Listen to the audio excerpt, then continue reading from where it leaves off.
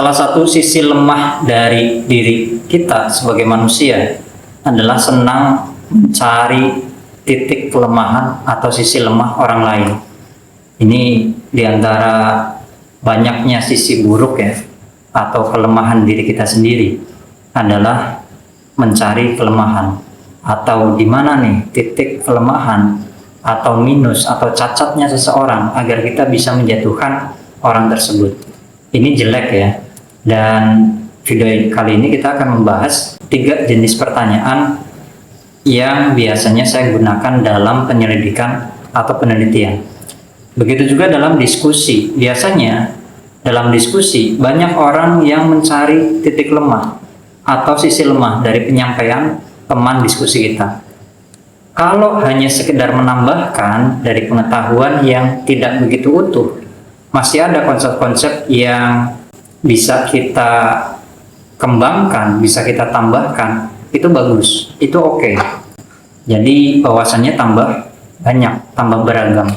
Tapi ketika kita sengaja mencari titik lemah atau bahkan membenturkan pengetahuan, konsep-konsep pengetahuannya sebenarnya itu dua-duanya benar, walaupun dalam kondisi yang berbeda, misal dalam keadaan yang konteks kondisi yang berbeda, tapi dibenturkan sengaja untuk menjatuhkan seseorang atau teman diskusi kita.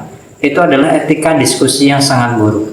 Di antara kita mungkin mengalami hal seperti itu ketika kuliah dulu ya, sengaja memberikan pertanyaan pada teman-teman kita yang sedang presentasi agar untuk menjatuhkan atau mempermalukan tanda kutip ya di hadapan banyak orang di kelas atau bahkan dosen. Ya sekali lagi mungkin itu sisi muda kita ya, diri kita ketika masih mahasiswa. Tapi sekali lagi itu adalah etika diskusi yang buruk, yang tidak baik. Dalam setiap terapi kognitif dan konseling yang saya lakukan, saya biasa menggunakan 3 jenis pertanyaan ini untuk menggali data, untuk mengidentifikasi apa saja yang bisa saya rumuskan, yang saya buat formulasinya agar solusi yang saya dapatkan juga tepat dan bisa untuk memperbaiki kejiwaan atau mental seseorang yang sedang saya konseling. Apa saja 3 jenis pertanyaan ini?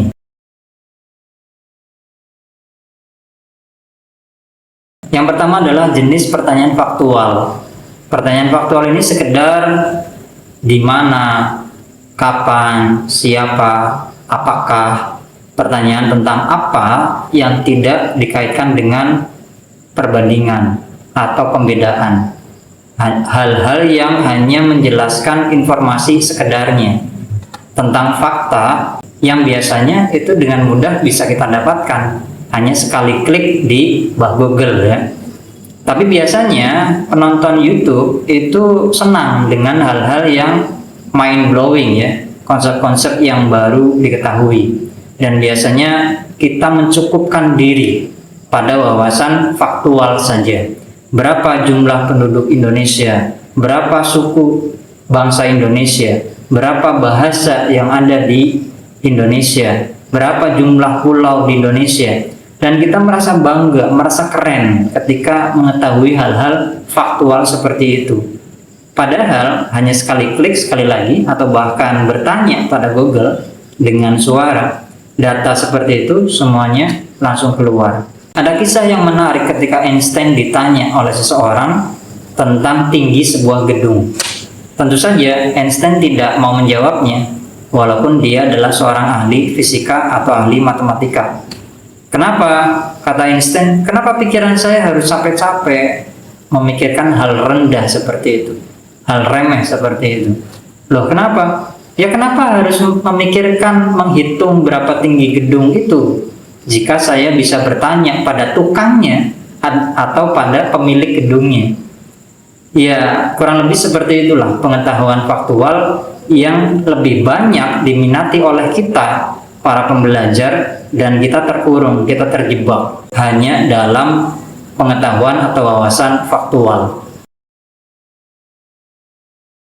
Yang kedua adalah pertanyaan konseptual. Pertanyaan konseptual ini sebenarnya adalah follow up, tindak lanjut dari wawasan atau pertanyaan faktual.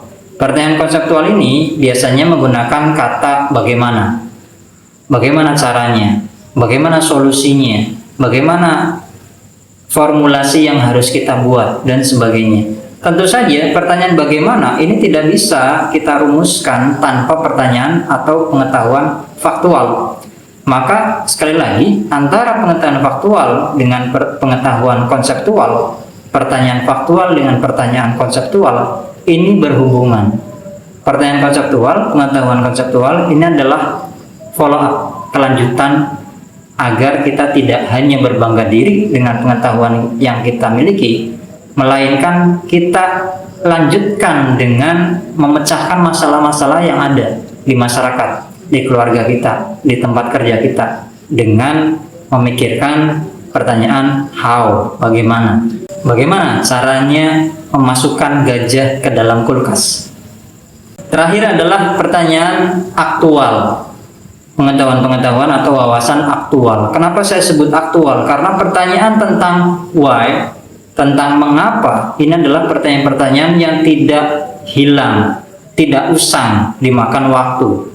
Pertanyaan-pertanyaan yang hampir sama dari zaman Yunani, filsafat Yunani atau filsafat Islam di Timur Tengah dulu sampai sekarang, itu pertanyaan-pertanyaan tentang mengapa itu masih asik untuk dibicarakan.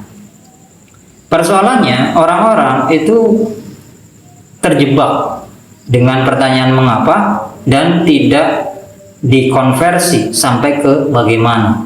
Jadi hanya mengapa-mengapa saja, ketika mendapatkan jawaban sudah selesai. Tidak mencoba untuk dituliskan, diceritakan, dinarasikan dalam sebuah literatur atau tulisan, dan kemudian bisa kita amalkan pada banyak orang. Contoh pertanyaan ketika kita melihat sampah berceceran di rumah kita misal. Pertanyaan mengapa atau siapa yang membuang sampah itu adalah pertanyaan kesekian. Pertanyaan pertama adalah bagaimana. Bagaimana kita membersihkan itu? Ya kita tinggal ambil. Maka pertanyaan bagaimana sebaiknya lebih didahulukan daripada pertanyaan siapa atau mengapa.